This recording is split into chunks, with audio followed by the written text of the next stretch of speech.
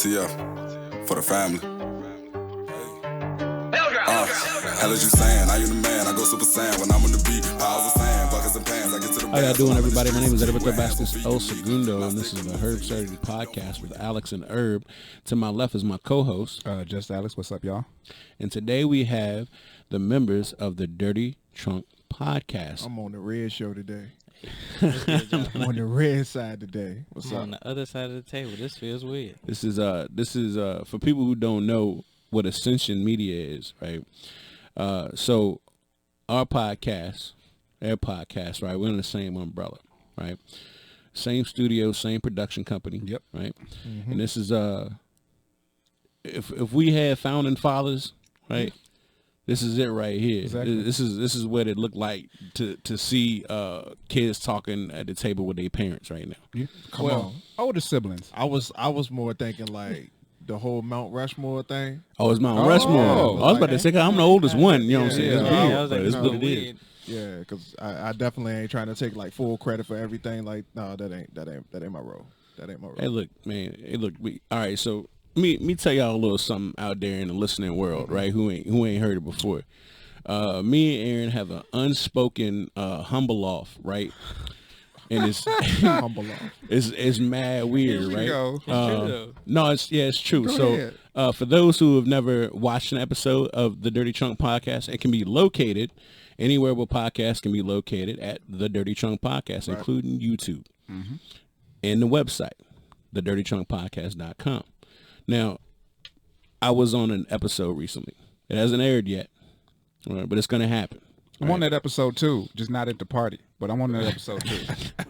It was a fun time. It's an anniversary episode. The Dirty Trunk Podcast has been around for a year now. It's an exciting year. Yes, congratulations, it guys. gives me hope for my own success. But Our own success. Wow. huh? You said my. You already successful, brother. Oh, yeah. You got fans. You got a catchphrase. You got a name. You got a meme. You out here. you already making it. I'm trying to catch up to you. And we got to talk about that meme too. Yo, I plan on it. I told you, I'm quitting if you don't. Y'all gonna have to find another editor.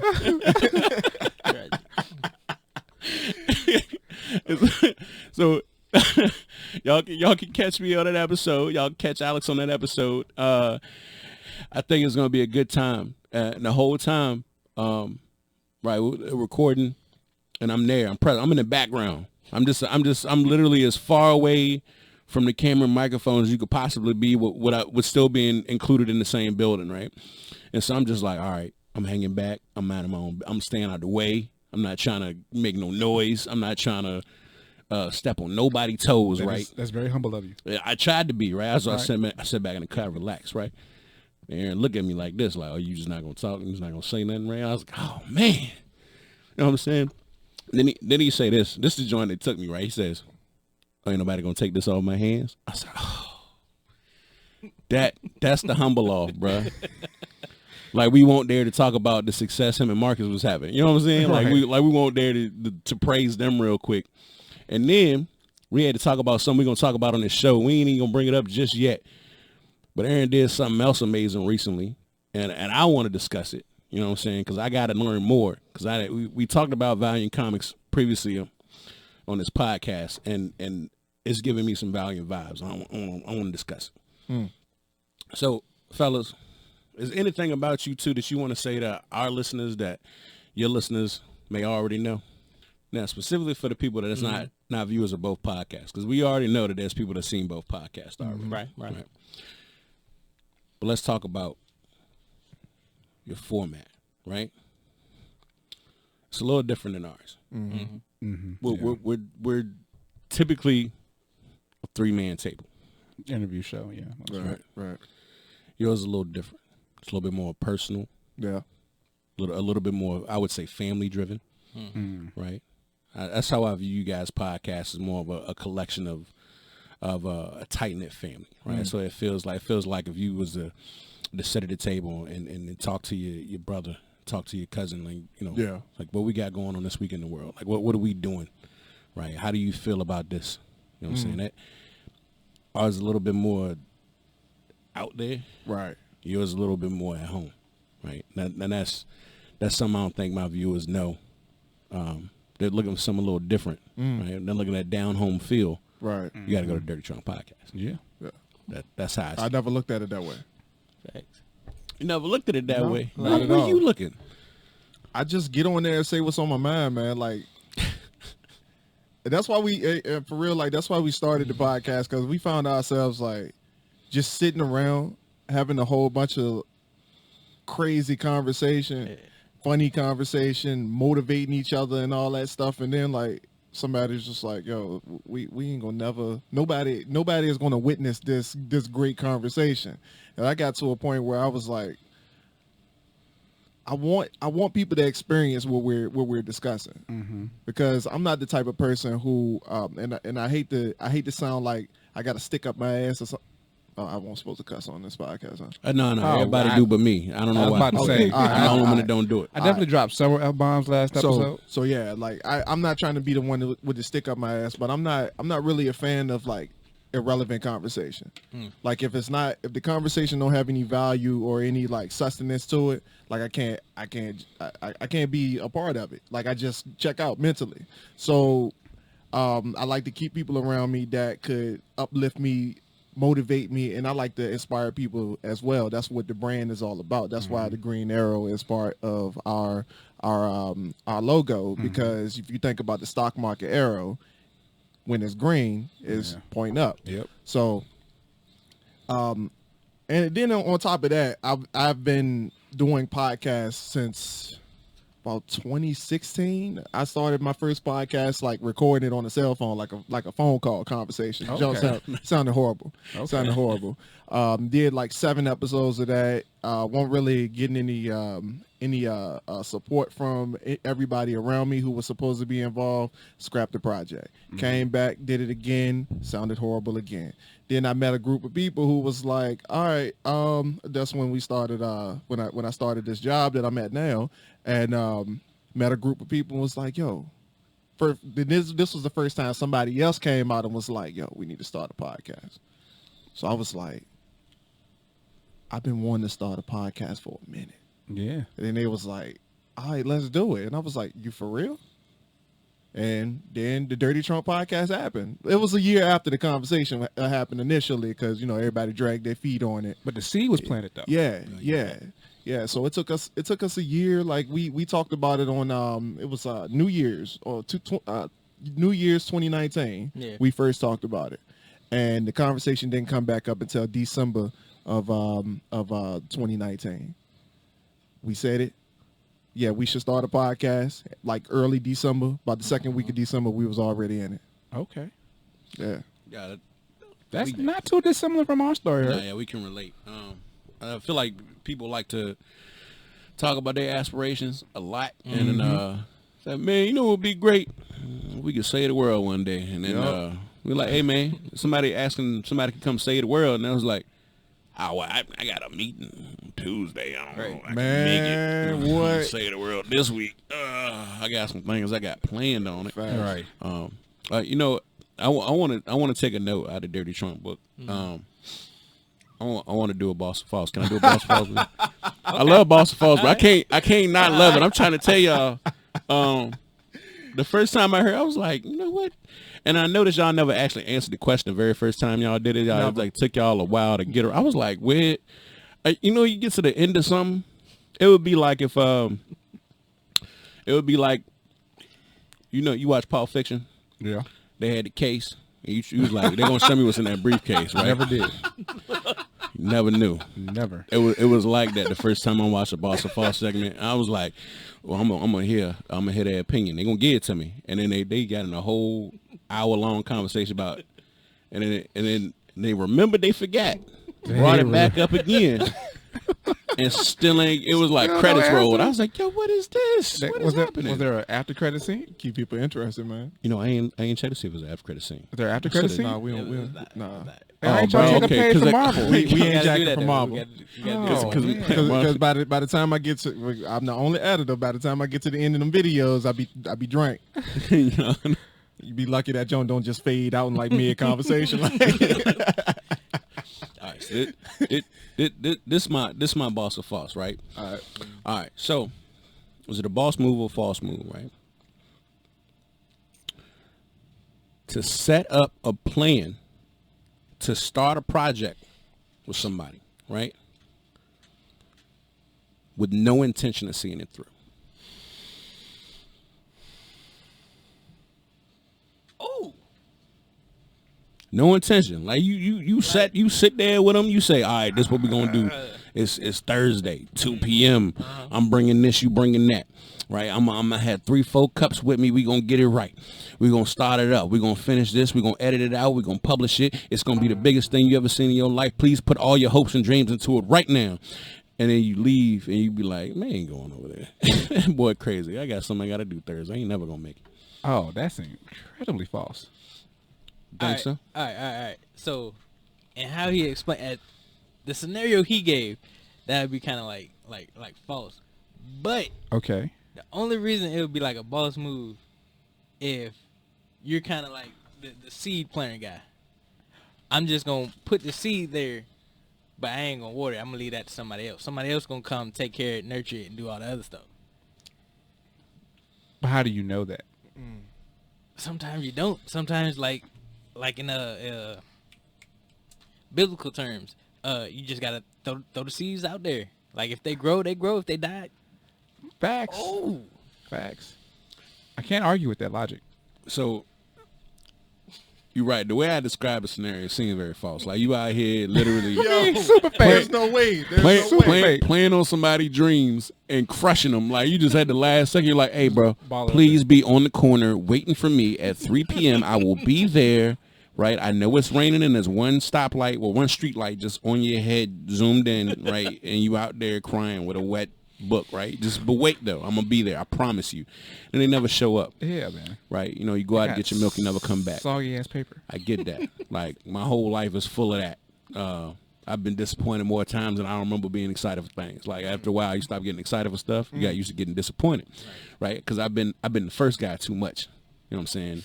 I've been the guy that had somebody say, "Yo, wait for me. I'll be right there," and then they never show up. Yeah. Ooh. So I will say the only situation in which it could be a boss move, right? Mm-hmm. I agree with Marcus about the seed planting, but only in the sense of I'm only telling you this information to motivate you to go out and get done what you got to get done. Because I have to do it. I have to do it for. I work with children sometimes, right? And it's not more so that I tell them, "Hey, I'm going to help you with this, and we're going to go do this." I gotta ask, like real children or just like metaphorical children? No, real children. Oh, okay. All right. Real all right. children. I just had to make sure you won't talk about the idiots that you know. Oh no. Them too, but also actual small elementary age children. Sometimes you got to motivate them to do what they have to do on their own because they know they can do it on their own. Right. Like they don't have the confidence. You can say trick. It's not. I'm not really tricking them. No. I'm. If they're not, they don't understand the words that I'm using, and so they think that right. But I'm saying words with particular connotations to get them to perceive information in a certain way. If you want to call that trick, that's fine. You know what I'm saying? But Well, I'm thinking more in terms of the other people you use this. oh yeah, I tricked them. Yeah. It's not even you. You've done it to me. They dummies, man. I can't. That's fucked not up. you. You ain't no dummy. I'm just saying. No, like, but you definitely. I've been on the people be out ledge a here. few times. You know, like you're not gonna get that what you want. I'd be like, why you got to say it like that, Herb? You're not gonna get what you want. look, that's different. Bro. It's not. It's the same thing. No, it's different. Sorry, you take these children, right? You tell them, say, hey, look, they always say, well, can you help me with this? Because I don't know what I'm doing. Blah blah blah. You always say, oh yeah, I'll be right over there. Just go ahead and get it started without me. Go ahead, pull your book out. Go ahead, do the first question. Go ahead, do number 5 until I can make it over there, right? But you still there, right? You at a distance. But by the time you show up, all the questions is already done. You just checking on it, right? You go, let me see that real quick. All right, boom. Right, so you gave them a promise that you'd be there for number 1. But you weren't really going to be there to the end. But just the confidence that eventually somebody was going to help them out kept them motivated to do it on their own. Yeah. So I think it is possible that you can plant somebody's seed to just give them the motivation to be like, you know what, I'm going to keep going. Because I don't know how many times somebody didn't tell you they're going to come help you, that eventually you stop asking for help. Yep. You get so disappointed. You like, you know what? I'm not waiting on nobody. I'm going to get my own. Yep. Yeah. I'm waking up. It's my own money. It's my own dollar, and I'm not waiting for nobody I else. think that's a better feeling, though. I mean, having your own, not depending on anybody relying. Yeah, but at the same time, all right. So let me hop in on that for a second. I'm ahead. going to say, like, I agree. I'm gonna play devil's advocate because I agree with both sides. And like what you just said, when you asked the question, I'm gonna be real with you. I wasn't even thinking in that direction. What I was thinking of was the amount of times that I've had people who decided that they were going to have a conversation with me about what we were planning to do, and when it came time to actually do something, they never showed up. And so many people want to waste my time talking about ideas. Y'all know the richest place in the world is the graveyard, because there are so many ideas that die there that people say they have and they never even put it out there. Never talk to anybody about it, or they talk to somebody about it and they never implement on it. People don't take action. And time is the most important thing I got. We only wake up with 82,400 seconds every single day. 86,400 seconds, sorry. And you have to spend that doing something important, something relevant that you have to plant the seed. And when I have people who come to me with ideas because they know who I am, they know what I do, they know that I have certain skills, and that's also a false move on my part for having so many skills, because everybody want to come to me about their ideas. In every category, every field, every career. That's one thing about being the jack of all trades. You master none, so all the jacks want to come talk to you. So I've had situations where, and to your point, Alex, where you get to a point where it's like, all right, I'm tired of asking for people. This is what I want to do, so I'm going to do it. And I'm not going to worry about anybody else's opinion. But see, that at that point, you get to a bitter mindset where it's like, I don't need no help, and I'm just going to do it on my own. But no man is an island. No man can succeed at anything on his own. So that's my take on it. So I'm going to say, for the people who are out here wasting time, if that's you, you might want to stop before you. I'm not going to do that. No, go ahead. I'm not going to do that. I ain't going to do that. Well, no, see, so I get what you're saying with the no man is an island, but like, you don't have to wait for permission is, I guess, what I'm saying. Oh, no doubt. You know what I mean? Doubt. Like, cause like we're a team, right? We're all on the same accord, same goal. But like, this is like, it was my idea, right? But I came to y'all. I came to her first, and then we came to y'all. Yeah. And so like, it started with 1, and then now it's 4. So it's not so much. I mean, I'm still doing my own thing. Right. So it's not so much bitter, just not waiting for permission. Yeah, If I that get makes that. sense. I get that, and I agree.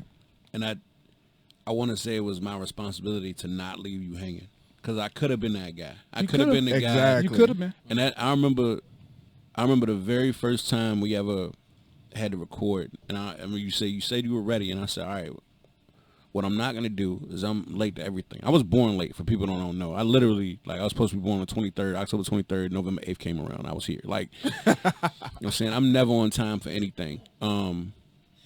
This podcast, 4 times in a row I was on time. I was late the 5th time. 6th time I was on time again. But like, I mean, I was late too, technically. The guest arrived super early. the track record was amazing. Yeah, right? So sure. To your point. Like, that's how serious I wanted to take it, though. Like, I wanted to show everybody, like, that I was gonna follow through for once. Right. Like, I to know that feeling of disappointment, and to know how much of everybody's time I was wasting with the circumstances, like, because it's not our studio. It wasn't like it was some, that I was just wasting your time. Right. You know what I'm saying? I'd be wasting their time. Right. And Exactly. there was so much communication back and forth, and I'm like, yo, if somebody texts you something more than twice, right?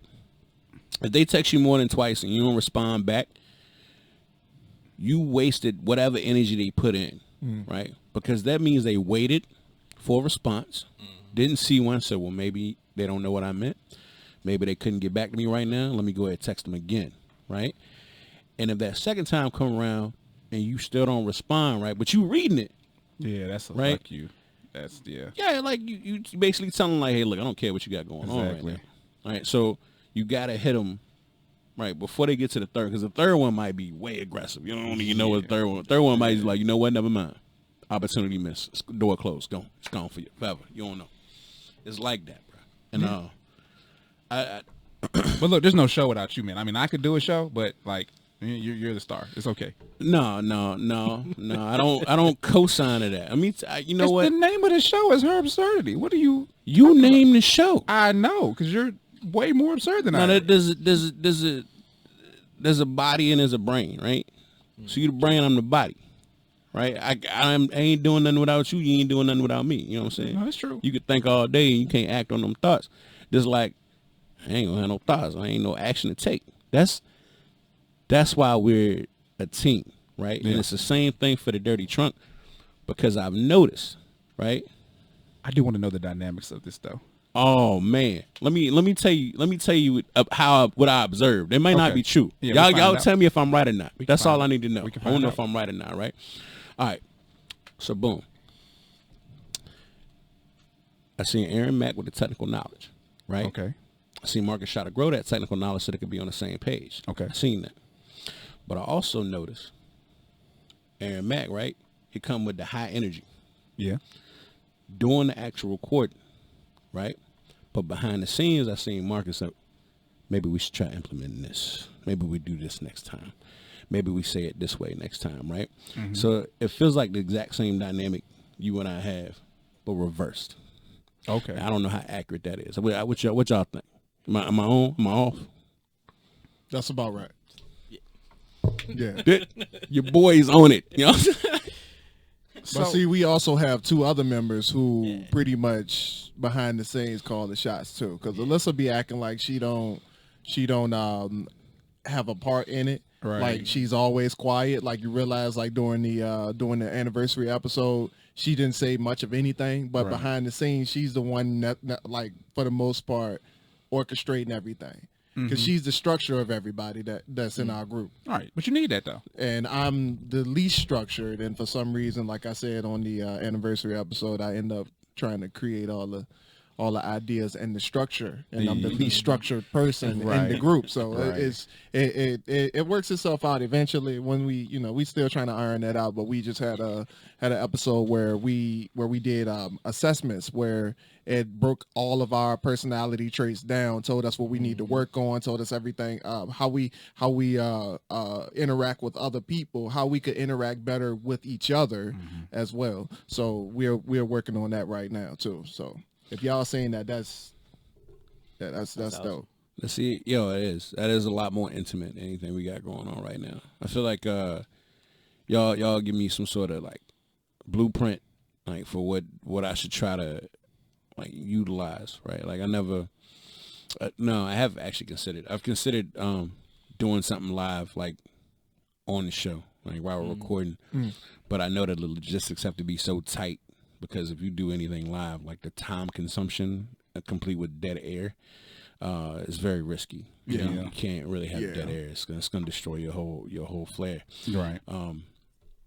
But I also know that like it's possible, right, to do something. And obviously I can't jack whatever y'all got going on, right? So like without biting. So then it's like, all right, I got a year's worth of material to see, right, to gain inspiration from, right? And it's not the only podcast, you know what I'm saying? Like I look at other podcasts, but at the same time, I can't tell y'all how many podcasts I'll listen to, and the part of the podcast that I like, it's like they shy away from, and that's real strange. I don't know if other people are giving a different type of feedback than I am. Maybe the rest of the audience feels a certain type of way. You guys ever heard of Going Off podcast? No. A guy called Rap Critic and a guy called Muse. They do hip hop reviews, right? It's just, that's their thing. They do music reviews, and one of the things I like about the show is literally like they talk about an album and then what they felt about the album, inspirations, you know what I'm saying, going track by track, you know what I'm saying, even rank it and whatever. Like I enjoy that. That's what I want to hear. Right. 'Cause I always got some sort of opinion and inspiration, and like, oh, when he said this line, it was, he was making homage to this joint that came out in 1984, and I rock with that. Right. Yeah. But after a while, they start talking and like forget to talk about the album, and I be like, hey, that's cool. I'm glad, I enjoy your banter, but I ain't here for that. yeah, y'all market it as an album review. Show me, right, yo, we just chilling right now. We just talking about whatever. Right. And then I know what I'm expecting. This is why when people ask me what this podcast is about, I say, hey, we just talk about whatever. Because I don't ever want anybody to hop on and get offended. Be like, man, I thought it was a hip-hop podcast. Like, Right. nah, We have never said that. never a fan of Drake. That's like, this is it. That's it. You know what I'm saying? Then somebody was like, I thought it was going to be like a comic podcast. I'm like, I never said it was going to be a comic podcast. We bring it up. I must say we are very nerdy. I got other interests. You know what I'm saying? Right. I got I'm very versatile, right?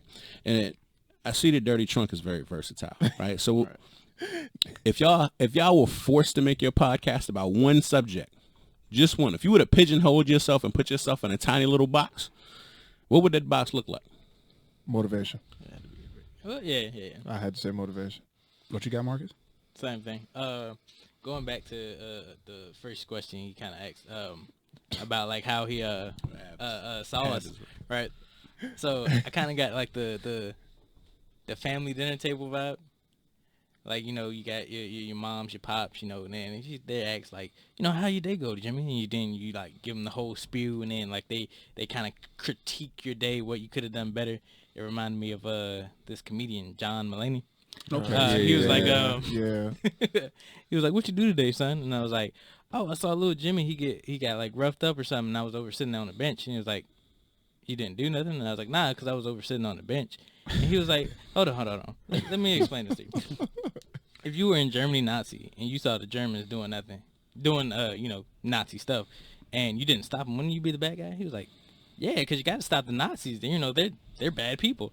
And he was like, so when you saw little Jimmy getting roughed up and you did nothing, wouldn't that make you a bad person? He was like, no, because I was over sitting on the bench. But it kind of gave me that vibe, how, like your parents or like that dinner table, you come together and, you give the spew of the day, and then you kind of like get like motivation from it. Yeah. Remember our first few episodes where everybody thought we were like a political podcast or something?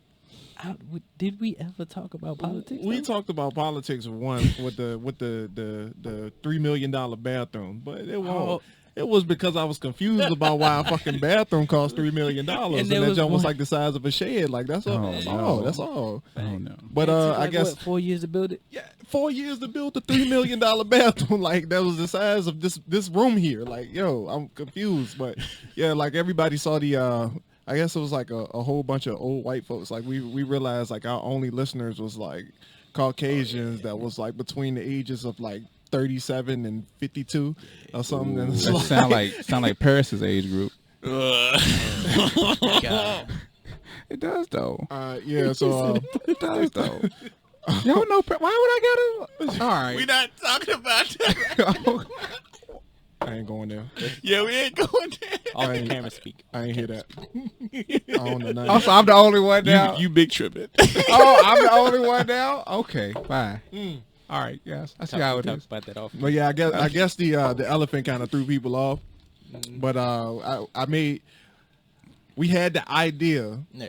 of the elephant being what it was, so we can catch like nerdy people at the beginning, and then it was like if you ever like go back and listen to our podcast, like we cycled through at least 5 different shows up until we got to where we are now, and this is just where we were comfortable with what we were doing on our show, because like at first it was like we talked about gaming, and I was like, gaming.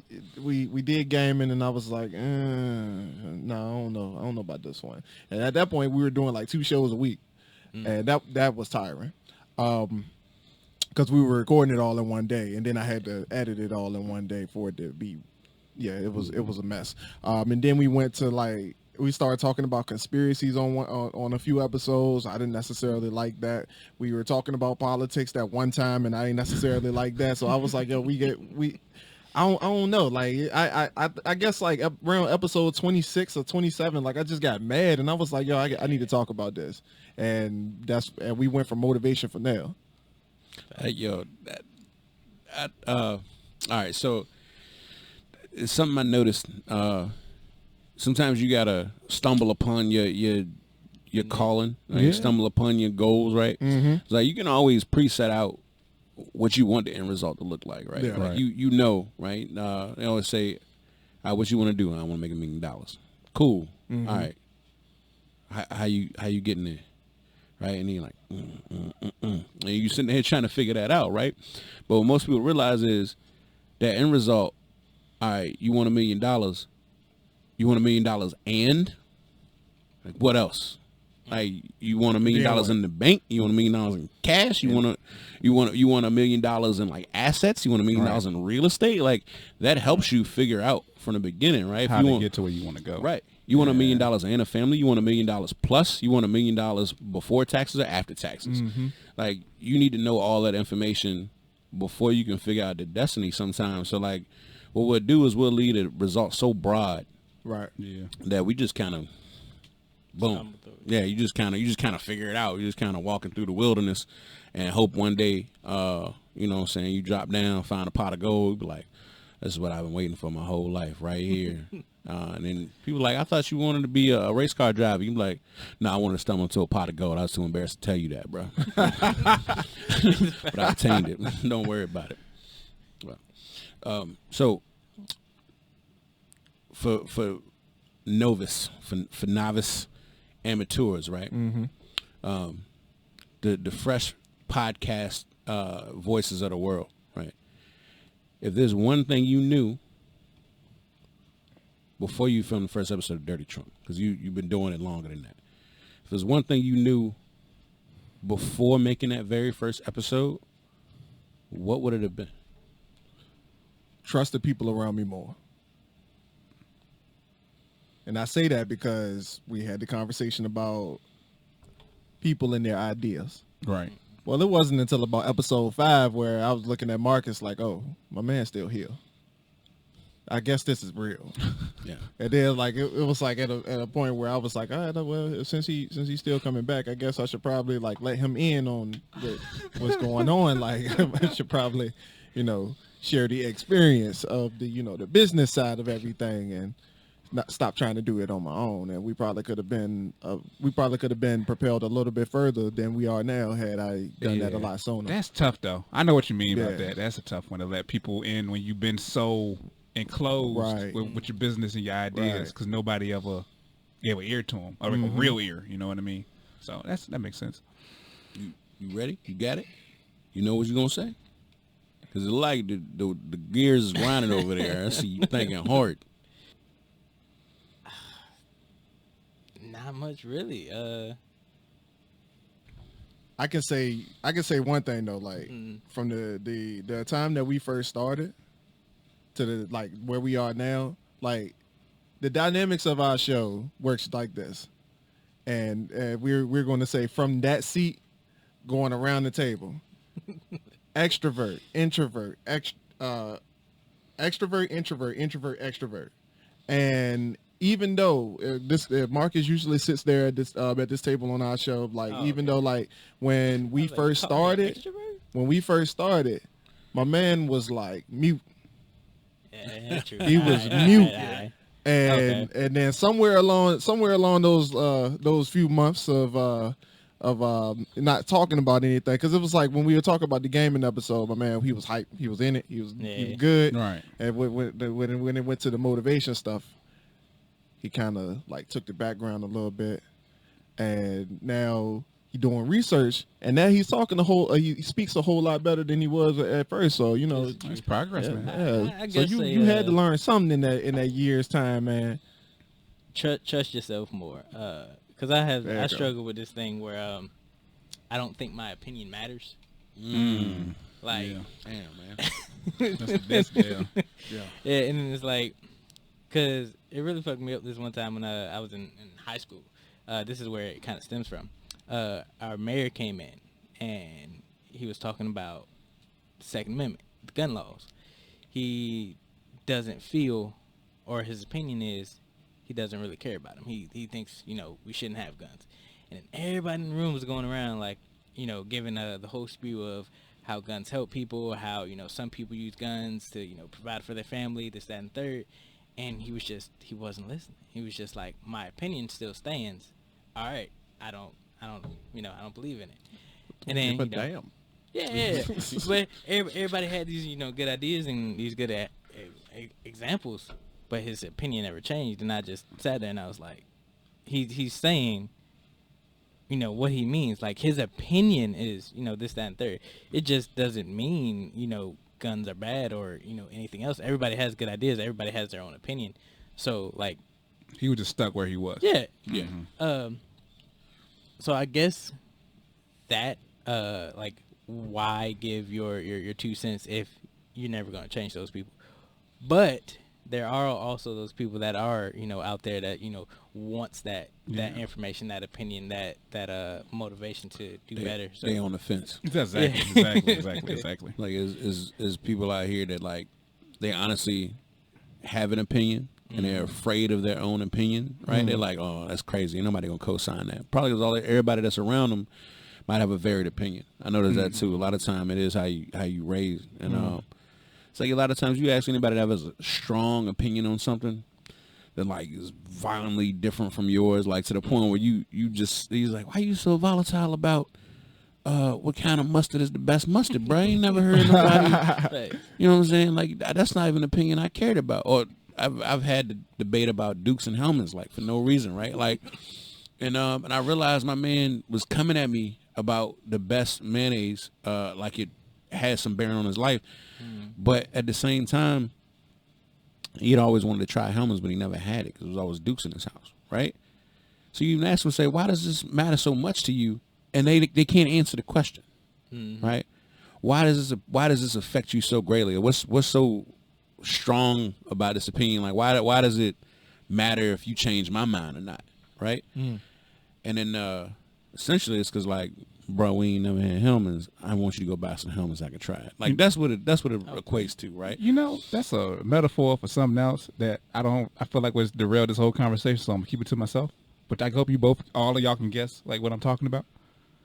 No? Is it mayonnaise related? It's bigger than mayonnaise. What we talking about?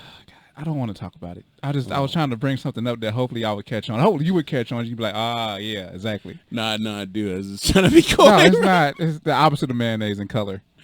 Nah, no. Okay. It's like peanut butter colored. It's really what it relates to. That's what I'm saying. Look, hold on. I just derailed the whole conversation. I wasn't trying to do that. Yo, I know, bro. You had an excellent point. All right, so all right, back to this opinion matters, right? Like, all right, so people had these opinions, right? But they literally are forced into these opinions because of what they believe in. But if you ask them, they can't tell you why they feel that way they feel. So I think that pull it back to what we do here, right? Has there ever been an opinion given on the show that you just disagree with so strongly, but couldn't figure out why? Has that ever happened to y'all? So I Ain't would nobody have to know you was disagreeing? I would have to say that you had to ask all of my co-hosts. Yeah, because I get pretty passionate when the conversation get going. And it's the reason, like, one of the reasons why is a spoken rule on our unspoken rule on our podcast that if anybody brings up a topic, it's probably best that I talk last. Yo, that's not unwritten, bro. Like, I feel like that's a quote now. Like, you could probably ask, like, if there's ever been a situation where somebody disagreed with something, like, definitely something that I said, it would probably be Alyssa.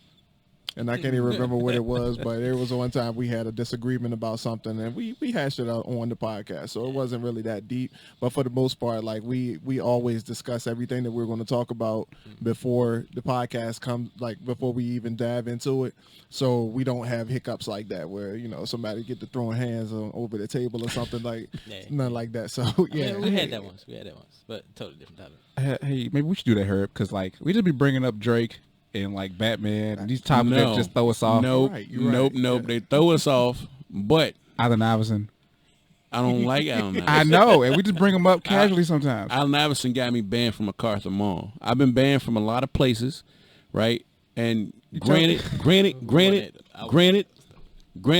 it's weird places like hotels in California and Cincinnati, right? What? Wait. You've been banned All from girl colleges in Virginia. There's certain places I've been banned from that are ridiculous and might be my fault. What did you? But Off camera. We gonna have that Yeah. conversation off camera. yeah, exactly, man. You know what I'm saying? I'm Are absent, you? bro. Are there any warrants that I need to know about her? I sat beside you all the time, dog. Like this is. You might not need to. Like there might be a sniper at work one day. Technically, you know what I'm saying, there's some things I can't talk about legally. Jesus Christ. We at the halfway point. All right. Now, We learned so much on this show. Go ahead. I feel like we won't learn enough, man, because I wish I could speak all the way free, but I don't know the statutes and limitations and what kind of evidence or whatever is available to things. I know that the Burger King is the first place I ever got banned from, and I ain't been, not all Burger Kings, just one in particular in Virginia. It's in Chesterfield, Virginia. I got banned from Burger King when I was a child, and I've never been back I was about to since. say, have Even you as an adult, I haven't even been attempted back? to go back. No, I haven't attempted to because it's a personal thing, Yeah. right? So like, all right, granted, I guarantee nobody still work there, Yeah. right? Like from 20 years ago. You've also changed in 20 years. Not really. People be recognizing me from kindergarten. It's super weird. I know I don't look the same. But it's like, oh man, what a bird tail. Like they see me and they know me, and it's awkward. Because I don't look the same as I did when I was like Did you 3 have years like the old. boost that you have now, but just for like a little size? That would be that'd be amazing. For a long time, I did just rock like straight Timbs. like I was Timmed up. I was Timmed up before Timbs was popular for everybody else. Like I was Timmed up, and then I was like my granddaddy. Like I needed new shoes, and my granddaddy was like, "Use my work boots, right?" And he just gave me some Timbs, and I was like, "Put them on." This is before people even like had them with the laces out and all that, right? And so I didn't know how to tie them joints right, so the laces was just out. And then like people was like, "We wearing them sneakers, man? It ain't sneakers, them boots, man." We clowning me, right? And then like a year later, everybody was like, "Man, you see me Timbs, bro? This new Papa thing." I was like, "But y'all clowned me last year." Yeah, 'cause I had Wu-Tang the- probably had just dropped. I had the Buckeye Timbs on. Y'all was laughing at me though. Like y'all talking about clowning me because I wore boots to school, bro. You know what I'm saying? With the laces out. Yeah. That's exactly what happened. They saw Method Man wearing it. It was like, "Oh no, that's cool now." I said, "Man, get y'all, man." You know what I'm saying? I'm a trendsetter. You know what I mean? I do this stuff now. People ask me, say, "Yo, you really wore a crown?" I say, "Yeah, I own a crown, bro. I own a metal crown with real jewels in the joint. Yes, I do that. I does it. So proud of that crown. I'm proud. I'm part of a Tierra local club in Maryland. Yes, It's right. a dope looking crowd. It's a dope crown. Yeah, That joint hot. that's what I'm saying. Don't encourage him. Don't encourage I him. wear Hey, these, I want one. these real bones. This is real red No, coral. look. This is real bullhorn out here. I support OL. This is handmade leather by an Irish woman. Like we Well, out here. I'm doing this. I don't support it now that I know there's like all these animal products. I'm trying to go vegan. It's a whole thing. I'm trying to go vegan. Yeah, I'm trying to live a I better thought you was life. just cutting out and becoming halal, bro. No, Vegan. No, it's vegan. And also, I need you to know that if you was gonna kill an animal anyway, but also this is found. None of this was hunted. All this is found. That makes me feel slightly better. All these deer were found and not hunted. They were made by Blackfoot up in Man, that makes me feel Maryland. better. But No, don't look at me judging. I'm trying to be better. vegan, Man. It's vegetarian, really, but Oh, I use vegetarian. Vegan, I use No, vegan no. products though. I'm okay with vegetarian because you eat too much pizza to go vegan. Oh yeah, no, I'm never giving up pizza. I'm sorry. Vegan pizza's gross. Yeah. I don't know if you guys ever had vegan pizza. Yes, it's the worst thing ever. Yeah. It should be. It's like illegal technicalities in a box. Like that's the best way I can explain it. What? It's like, yo, how the fuck you make bread out of cauliflower? Like, how? What is that? My girl said she loved it, so I don't know. It's the worst. Yeah, maybe she tell you that so you feel better. Wow. Maybe she didn't want to share her real opinion. She was hoping you'd be like, "No, I think it's gross," and she'd be like, "Oh, thank you." I didn't eat. Finally. I definitely had a real pizza, so it wouldn't have bothered me anyway.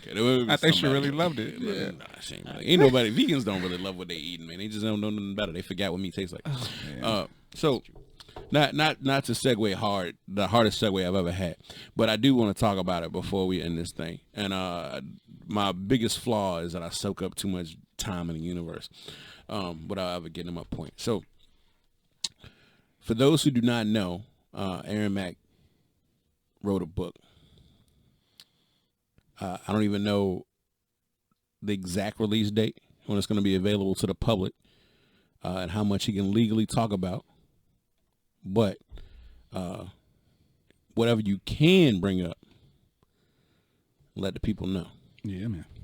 All right, so the book, the series is called Legend of the Oracles, and the book that I just finished is actually the first book out of 4 of that saga. The entire series is a multi-generational microcosm where, at this point, I think we have 170 characters. I want to say that is all part of this one universe, and there's, at this point, I'm counting 12 books that needs to be written by me. Okay. And the reason I say by me is because I aspire to be like Stan Lee, and eventually I want to see someone else come and take the mantle and continue the story where I leave off at, kind of like a journal type of situation. This story was first written by me when about 10 years ago, June 13th, 2010. I was in the Army. And we were stationed in Charleston, South Carolina, somewhere down there in the woods. And I had an iPod Touch with me. Some idiots asked a question, and I was like, I wonder. And I was like, you know what? We ain't had no TV. We were always like sitting in the back of trucks, like hauling shit that ain't got nothing to do with us. So I was like, you know what? I'm just gonna write. And I started writing, and 10 years later, off and on, I've been working on it, and now I just decided to get serious on it. Am I allowed to say what the question was? Yeah, you got it. All right, Alex. Let me ask you this, right? You know that there is a speed of light, right? Yeah. Okay. What's the speed of darkness? Dumb question, right? And which one is faster? Dumb question, right? Yeah, which one is which is fastest? Light receding or light taking over the darkness? Which one is it? I don't know. You feel like it should be equal, right? It probably. Depends on the intensity of the light. I mean, yeah. What's causing the shadow? What's causing the darkness? What's taking the light away, right? I just feel like I'm being attacked with a question that I have no. You can't answer it. Yeah, you can't answer it. Right? Like, there's too many other questions, and it's like, it's very relative. But the thing that got me interested to actually want to talk about the book in general, I heard that, right? I heard that question. I was like, and it set in my brain, bro. It set in my brain. You know, if, like, somebody else started talking to you about something that, like, I was in the middle of a conversation. I heard that. And I stopped everything I dropped everything I was doing. I was like, what did he say? What did he say? The darkness. What is that? What? And then it resonated. So I couldn't hear nothing else nobody's talking about for the rest of the night. Like, I went home. I'm laying in my bed. I'm looking at the ceiling, right? I'm always like, so what you gonna do tomorrow? I was like, speed of darkness. I don't know. I don't know what time I'm gonna go to work. I'm not gonna get there. Think his whole life. I can't figure it out. I gotta know. And she's like, why would you ask us? I don't know. This book gonna come out. I gotta read it because I gotta figure out the answer. And I feel like he already set me up. It's gonna be like a cliffhanger joint where he's like, 100%. all right, tune in next time to figure out what the speed of darkness is. And then 24 books later, I still don't know. But I'm gonna be immersed. That's what I'm hoping is gonna. I'm hoping I'll be so immersed in it I won't care about the question no more, or it just be on the first cover and I just pay for the book and I'm like, oh, thank God, I got it now. That question though does give me Star Trek vibes. See, now you was thinking Star Trek, right? Yeah. I was thinking Dune, and we got a new movie coming out, and I was sitting there thinking about it. I was like, families, right? Space travel. I was like, this. I don't know if y'all rock with Dune. Like I said, I've had to start experiencing more and more about Dune, where like different family houses own different planets, like they control the different planets at the same time. And I was just like, you know what? I wanna watch the movie. I wanna read this book. I wanna see the book get turned into a movie. Let's see, that's a bigger question. Hold on now. I might be putting something on you don't want. Would you ever want your book to be turned into any other media? Yeah, that's the goal. Yeah, big comic That's books, the goal. Comic books. radio show, all that. So So they're having a super. So I used to draw, like, I mean, I'm nowhere near Lamar and his skills. But at one point I aspired to do what Lamar does now. I just kind of fell off, like, when I was real young, because you grew up in Petersburg, you know, ain't nobody really on no art stuff. You get to drawing stuff, and folks get to taking your books and drawing Dixon and shit, like stuff like that. Like, so I got out of drawing for like a long time. I can still do it a little bit. So like when I got serious about this, I was like, I want to do comics. So I started trying to draw comics, but then I realized, like, yo, you don't necessarily have the patience for that. Like, you'll fall asleep on the page. What the fuck are you doing? So I couldn't do that. So now I'm writing, and I'm like, one day maybe somebody will get the license to create comics, or I can't say comics. What is the term for what is it? What do you call comics nowadays? Graphic novels. Graphic novels. There it is. Yeah, I forgot. The word comics is actually fading out, so can't say that. But yeah, graphic novels. I hope to one day see somebody do graphic novels on it. Audio books. Hope to have that one day. And the big screen. Like I said, when I write my books, like, the visual of words isn't what writes the book. The visuals of a movie scene is usually where the words come from, and that's the tiring thing about the stories, because I'm like an extrovert with my thoughts scattered everywhere. My brain doesn't really come up with things in words. It comes up with in pictures, because, you know. Right. Yeah. Yeah. So I have to interpret everything that I'm seeing into words. Yeah. So I hope to see it on the movie screen one day. How you know you really made it is when they take your script, they turn it to the screenplay, right? Mm-hmm. They make the movie, but then after that, they're like, yo, we need a musical Broadway play, John. We need a live action on stage version, right? The on stage version is the epitome. I thought that was the epitome before. Alex, you don't understand.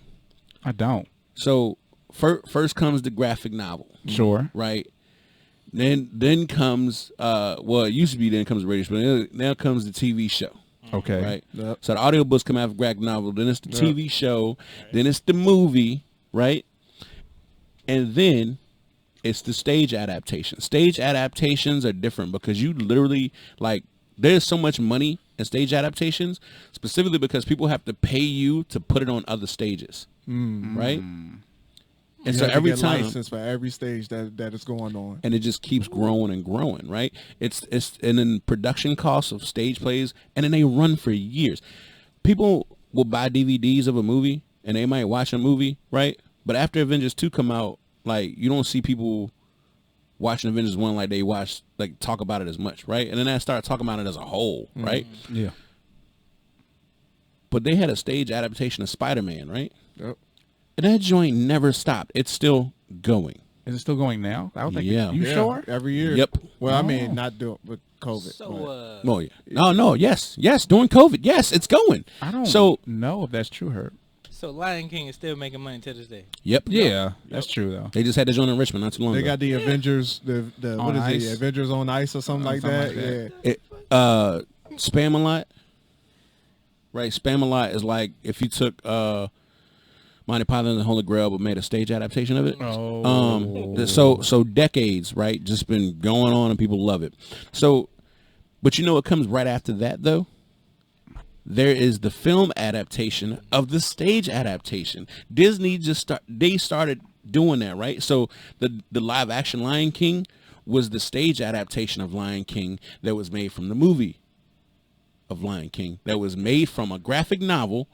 I'm sorry, it was anime. That was a graphic novel before that, right? So literally, and then technically they say it was also Hamlet. Like, we look at that concept.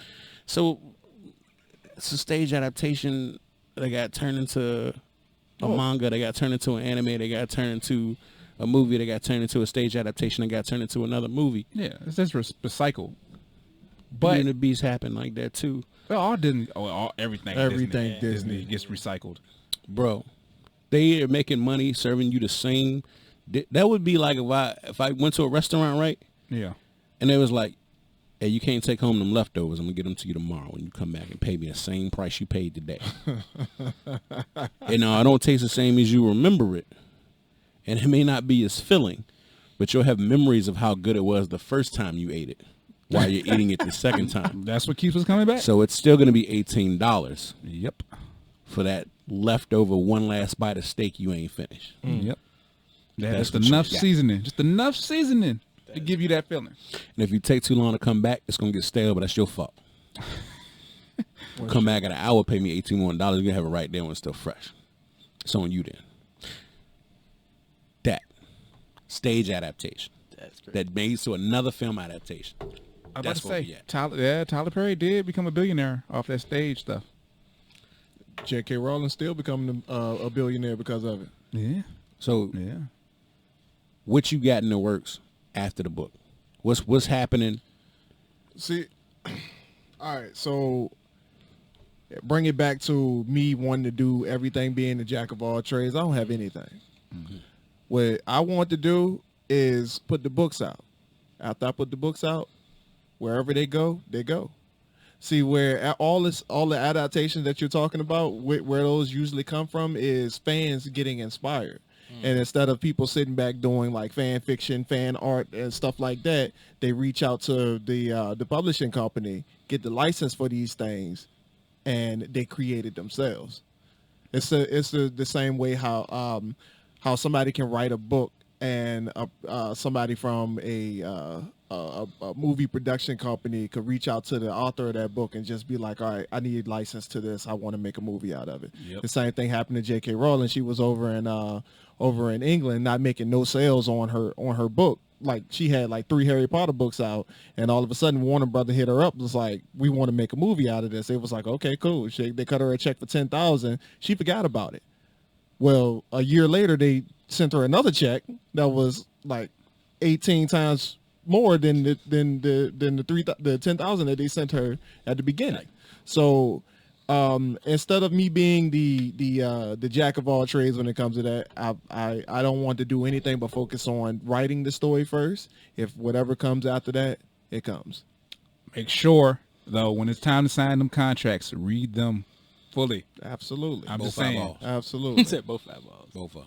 Please. Yeah. Please. So many horror stories of people getting fucked yeah. over, not getting what they deserve for their creative and it's ideas. And I think it's a blessing that when this idea first came to me, that I didn't shoot up immediately, and that I've been like in media and influencing this long, because you get to learn all of those failures, those flaws that people have, horror stories, and all the horror stories. You get to learn from all those people's mistakes, and it brings you to a level of maturity. It's like, if it ever happens to me, I know exactly what to do and what not to do, because I heard this person went through it. If I was, versus like if I had written a book when I was a 20-year-old young buck, back still in the army, focused on nothing but getting paper, then I probably wouldn't have had the same success. Right.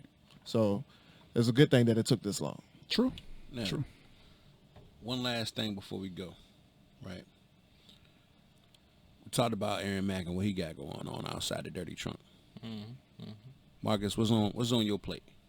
Tell him about book 4. So I actually helped with some of the ideas in book 4.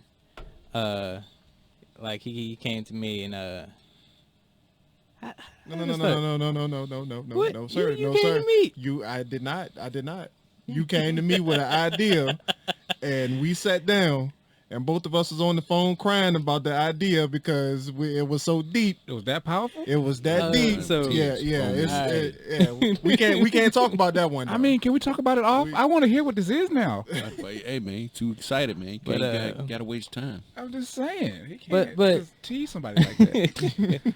But yeah, I'm helping out with a part of one of the books, and also I kind of want to get into music also on the side, and I'm also going to school right now for coding.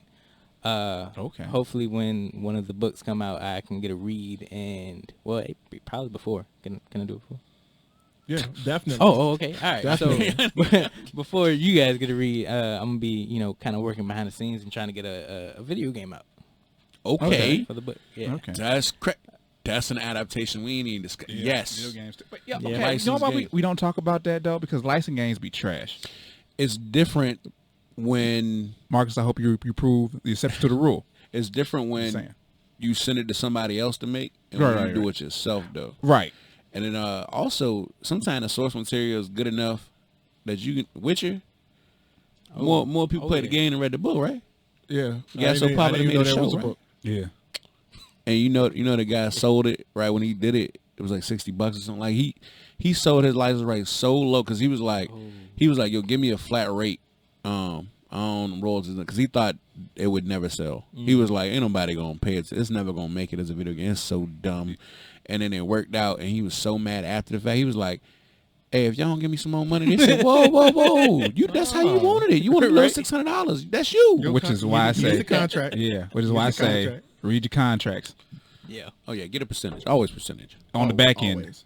Oh, yeah, back end. Yeah, you're right. Because they'll intentionally not sell you But stuff. I love you it go in though. front Like of you. Exactly. in the time that we've started this media company, man, I love it, man. Now that LLC is in the works and copyright, and we have copyrights, we can bring that back into the company. So it allows us to be able to outsource all of it, everything that we doing, so we don't have to be the ones working on it ourselves. So I love it, man. I love it. So it won't be much work to have $1 million and hire graphic designers to work with Marcus and teach him what he wants to know, so he can bring that knowledge back home, Right. so to say. Man, I love it. Man, well, I hope y'all make it. It's an inspiration. I didn't get a chance to say it at the party, but I'm so inspired by y'all. I was going to say congratulations on the anniversary. Thank you. Congratulations on the book. Future success to everybody sitting at this table. Herbie, you want to send us on home? I do. I'm going to say, I ain't going to say I hope y'all make it. What I'm going to say is, remember that when you make it, I said you was gonna make it this early. Remember that. Remember me. You know what I'm saying? When you up there, remember me out. Remember me down here. Don't forget about me. All right. Man. So that's how I feel about everybody, brother. But we we successful. still the Herbsurdity Podcast ain't gonna stop it just because the book No, blow ain't up. gonna Is it? stop, bro. I Ain't did. gonna stop it. That So- you tell me I gotta make it start. If I gotta go record the joint on my phone, old school style, you know what I'm saying? It's gonna happen. I mean, you gotta do what you gotta do, but hopefully, we too big to be hanging around the phone. I don't care, bro. I'm tell you, I'm gonna get a little Bluetooth speaker. We're gonna be popping, bro. It's gonna be good. This has been the Herbsurdity Podcast with Alex and Herb. My name is Herbsurdity Vasquez El Segundo. They call me Herb, and this is Just Alex. But hey, sorry. Before we end it, I really want that on the shirt. Like your whole name. I want just Alex on the shirt. I mean, that's simple, We though. can talk about merchandising after this. We can have it. We gonna do our thing. With us is our guest from the Dirty Trunk Podcast, Aaron Mack and Marcus. God bless. My dad is new Mercedes, 16 in the clip, I draw the nigga. The coroner drawing the nigga. This chopper right here, disarming the nigga. My cutter unarming the nigga. Fuck, I look like let you hung with my niggas. Like you just gon' get away with it. Try that shit now, you can hunt like a nigga. Fucked up and drugged through the mud like a nigga. Ain't got any friends, all I got is my brothers. My 40 still on me. You die if you touch it, can't go but my lonely. They know that I love them. We fussing, we fight afterwards, go discuss it. I'm slamming the blocks like Tetris. Loading the truck UPSS. Black and yellow VVS's. My chain name Jerome Bettis. How you the man? Now you the man.